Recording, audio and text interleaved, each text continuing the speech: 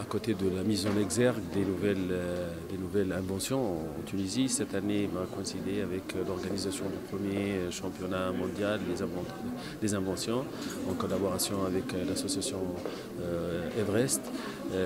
On va mettre en exergue, comme j'ai dit, les inventions tunisiennes. On va les aider à être en réseau à l'international. Les inventions dans le domaine du développement durable, dans les domaines de l'économie circulaire, dans les domaines innovants et technologiques, exploitation des nouvelles technologies de l'information, la digitalisation et tout ce qui va servir l'économie future et l'économie de savoir. Tout cela représente une opportunité pour les startups, pour les jeunes, pour les créateurs, pour les inventeurs. Comment valoriser ces inventions et les mettre en production, en industrialisation, en exploitation. Tout ça, c'est un travail consistant, c'est un travail de plusieurs structures qui doivent mettre la main dans la main pour essayer un peu de créer la richesse nationale et être au diapason de ce qui se passe dans le monde. Bon, les conditions, on a ouvert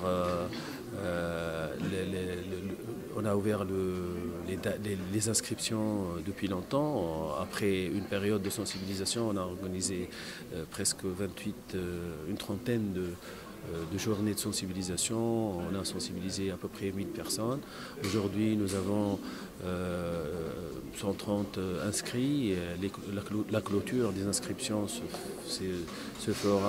est prévue pour le 20 mai. J'espère que le nombre passe au-delà de 200, comme d'habitude.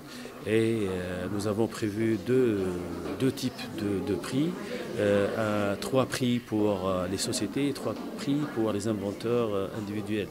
Et pour cela, je compte beaucoup sur la presse, je compte beaucoup sur vous pour divulguer et communiquer assez cette semaine pour que les Tunisiens, les inventeurs, parce qu'il y a quand même des gens qui n'ont pas su et qui n'ont pas entendu ce qui se passe. Je compte beaucoup sur cette conférence pour drainer beaucoup plus de participants.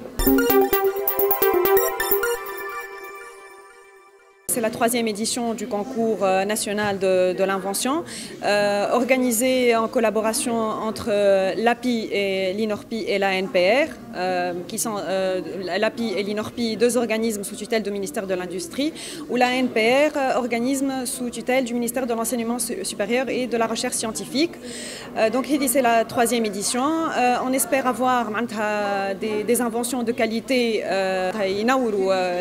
le domaine des inventions في تونس وعلى خاطر بعد le concours il va y avoir à l'échelle internationale organisé par l'API.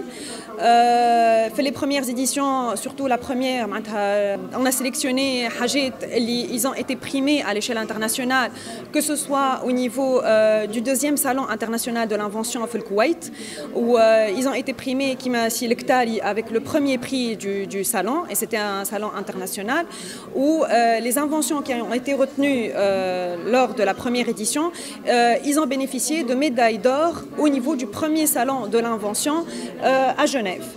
Donc, Inch'Allah, نتمنى واللي l'édition هذه نجموا نخرجوا منها حاجات de bonne qualité ماشي نجموا ينورونا à l'échelle internationale. Ça va leur permettre d'avoir une visibilité على خاطر suite le concours, la remise des prix باش تكون dans le cadre de la TICAD Inch'Allah. Donc c'est une visibilité les inventeurs هذوكم pour pouvoir avoir des contacts ومن على حكاية le financement ou éventuellement des partenariats avec le domaine de l'entrepreneuriat ou le financement ou l'innovation.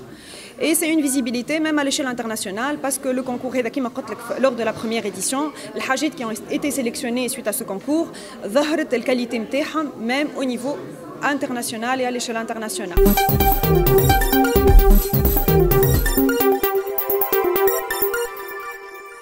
Donc DigiSmart, c'est une start-up labellisée, montée en 2019, fin 2019 quoi. On est spécialisé dans la fabrication et la réalisation des solutions intelligentes pour la gestion de l'eau, déployées dans différents secteurs.